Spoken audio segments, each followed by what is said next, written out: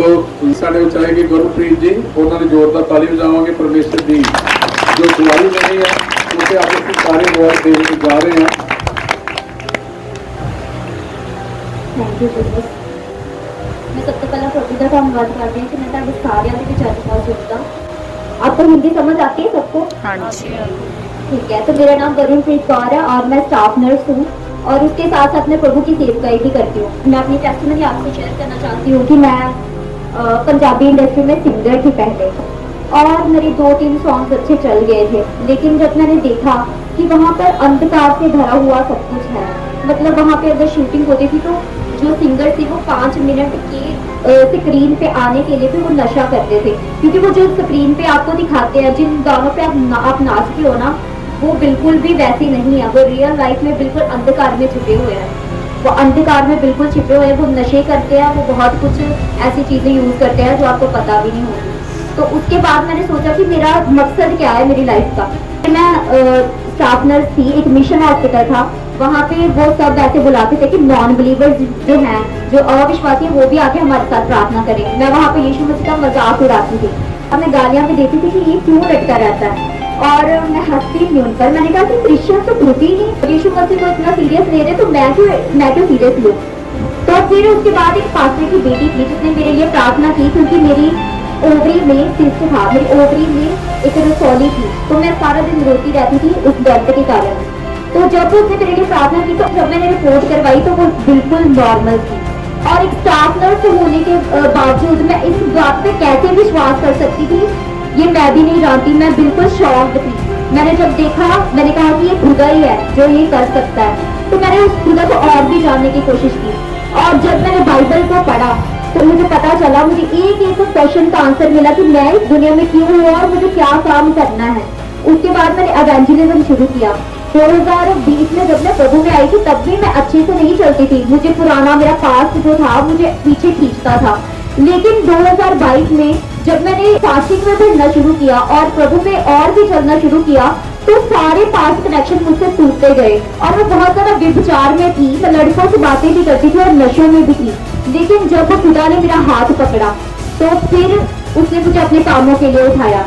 जब मैं 21 दिन की फास्टिंग में थी तो प्रभु की आवाज मेरे कानों में गूंजी। उसने कहा कादेश कादेश। कादेश का मतलब होता है, जब हम उसको इब्रानी में पढ़ते तो उसका मतलब होता है शुरुआत, कि मैं आज से तुझ में से अनॉइंटिंग बहाने की शुरुआत शुरू करने जा रहा हूँ।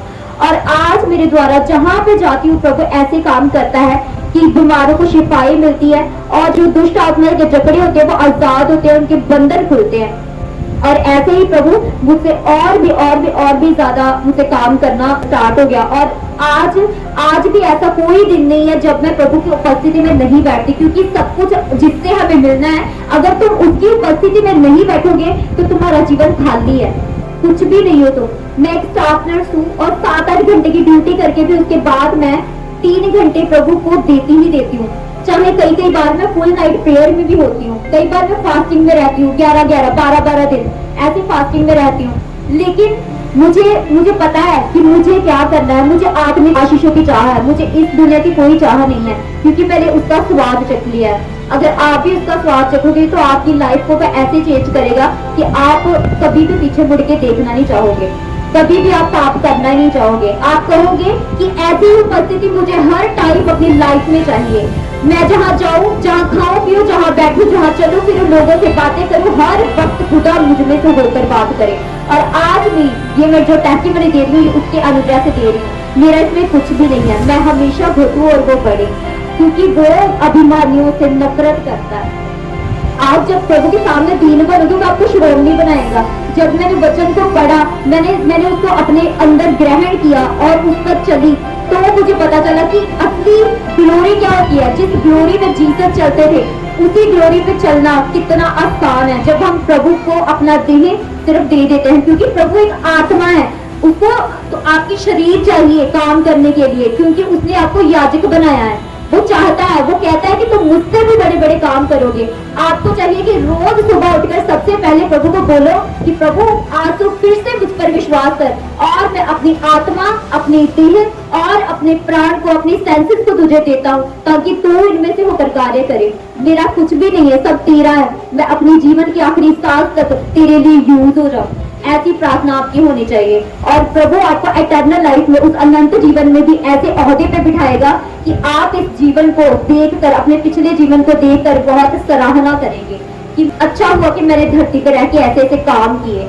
उन आशीषों पर मैंने ध्यान रखा जिन पर लोग ध्यान नहीं रखते, वो स्वर्गीय आशीषों पर मैंने ध्यान रखा। उससे आप फुल हो जाओगे और आप उस अपने पुराने जीवन को जो आप यहाँ पर जी के जाओगे, आप वहाँ पे ग्लोरी के कारण बनेंगे, वहाँ पर आप सबसे ऊंचे किए जाओगे। हालेलुया। तो मेरा आज का वचन था, लेकिन आज टाइम नहीं था, मैं नहीं दे पाई वचन, तो इसलिए मैं थोड़ा सा उस वचन के टच में जाऊंगी कि आप अपने मुंह के अंगीकार को ठीक करें। जब हम देखते हैं कि अविश्वासियों में ज्यादातर ये होता है कि वो विश्वास के द्वारा नहीं बोलते हैं। विश्वास के द्वारा हर एक चीज पॉसिबल है, क्योंकि मैंने ये सब चीजें होते देखी है अपनी लाइफ में। मैंने जो जो बोला वो हुआ है। देखो, एक उपदेशक कौन होता है? उपदेशक कौन है? कोई बताएगा उपदेशक कौन है? उपदेशक कौन होता है ज्योति? उपदेशक वो होता है जो पहले उस वचन को पहले सुनता है, फिर मानता है और अपने अंदर ग्रहण करके उस पर चलता है और फिर उस वचन को कलीसिया में लेकर आता है। हालेलुया। तो आप भी यहाँ पर खड़े होकर ये प्रचार कर सकते हैं, क्योंकि आप सब याजक हैं। आप प्रभु की ओर से ठहराए गए, क्योंकि वो महायाजक है। और जब आप अपने मुंह के वचनों को सही करोगे, क्योंकि प्रभु का वचन कहता है नीति वचन में कि वो जीवन और मृत्यु की सामर्थ तुम्हारे मुंह में दी गई है, और जो उसको काम में लाना जानता है वही इसका फल भोगता है। तो ये आपके ऊपर डिपेंड करता है कि आप उसको कैसे यूज करते हो। आप हमेशा नेगेटिव थॉट को ज्यादा मायने देते हो या फिर पॉजिटिव थॉट को, या फिर आप कभी कभी ऐसे भी बोलते हो कि मेरा घर वाला तो शराबी है, आंटी जी मैं तो ठीक नहीं हो रही हूँ, मेरे लिए प्रार्थना करें। सासू जी मेरे लिए प्रार्थना कर देना, मेरे गोडे दुखते हैं, मेरे ये हो रहा वो हो रहा। आपको खुद अधिकार लेना है। लूका में क्या कहता है? प्रभु कहता मैंने तुझे सांपों और बिच्छों को रोंदने का अधिकार दिया, दुश्मन की सारी सामर्थ पर तुझे अधिकार दिया है, और कोई भी औजार तेरी हानि के लिए नहीं बना। जब तुमने कह ही दिया है तो आपके पास अधिकार है, तो फिर आप उसके सामने गिड़गिड़ा के रहे हैं। आपको खुद अधिकार लेने हैं।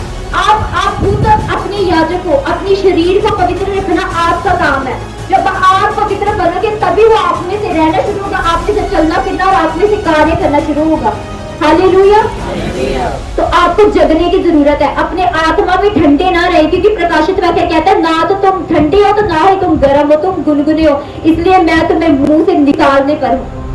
हालेलुया। आप गुनगुने ना रहे। प्रभु का प्रेम जैसा आप पहले से करते थे जब आप नए नए आए थे, वैसा ही प्रेम आपका आज होना चाहिए, क्योंकि वो अगर स्थिर रहने वाला परमेश्वर है तो आप भी उसकी महिमा में बनाए गए, आप भी उसके समान बनाए गए हो। जैसा प्रेम उसने आपसे किया है वैसा ही प्रेम आप उससे करें, क्योंकि जब आप पापों में थे, जरा सोचिए कि आपके घर वाले आपसे कितनी घृणा करते होंगे। जब कोई बंदा नशा करके आता है तो क्या उसकी बीवी उसको पलंग पर बिठा के खाना खिलाती है या फिर पहले लड़ाई करती है? लड़ाई करती है ना। अब कौन लड़ाई होती है कि नहीं होती है? तो इसलिए जब आप पापी भी थे तो प्रभु ने आपका हाथ पकड़ा है। अगर वो आपके साथ ऐसा प्रेम करता है तो आप क्यों नहीं उसके साथ ऐसा प्रेम कर सकते? आप क्यों नहीं ऐसा चाहते कि हम भी ऐसे काम करें जैसा यीशु मसीह जिस ग्लोरी में, जिस अनॉइंटिंग में चलता था, वो जैसे बड़े बड़े काम करता था? क्यों नहीं हम कर सकते? विश्वास के द्वारा सब पॉसिबल है। अगर आप विश्वास के द्वारा बोलोगे और अपने अंदर शक नहीं आने दोगे तो वो सब चीजें होनी पॉसिबल है, क्योंकि मैं प्रभु की सामर्थ में सब कुछ कर सकता हूँ, वचन कहता है। हालेलुया।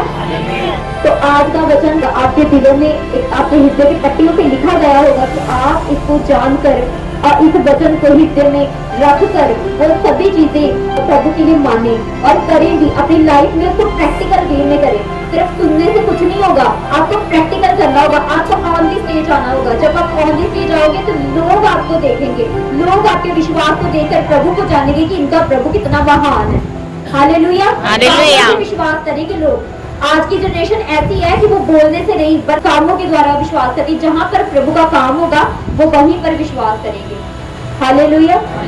तो आपका विश्वास ऐसा होना चाहिए। Thank you Jesus. यही मेरी गवाही है। और एक बात और, आज सब पर ले हैंड होगा, कोई भी ऐसे नहीं जाएगा। डिलीवरेंस प्रेयर होगी, ले हैंड होगा, सब आत्मा में भर के जाएंगे और जो अन्य भाषा जिनको नहीं मिली वो भी पाएंगे और जो बीमारी के जुए हैं वो भी आज टूटेंगे और जो दुष्ट आत्मा के जकड़े हैं वो भी आजाद होंगे, क्योंकि ये विजन मुझे अपोस्टल अंकुर नूरुल्लाह मेरे स्पिरिचुअल फादर से मिला है। जबकि मैं पिछले दिनों में फास्टिंग में थी, मैं टोटल 15 दिन से फास्टिंग में हूँ और मुझे ये विजन मिला है कि आज की ये सभा चंगाई सभा है। तो आप इसे सीरियस लें, आप प्रभु में एक मन हो जाएं और कोई भी यहाँ से नहीं जाएगा, ले हैंड सब पे होगा और सबके जुए आज टूटेंगे, क्योंकि अभिषेक के द्वारा तेरा हर एक जुआ नाश कर दिया जाएगा, वचन कहता है। हालेलुया।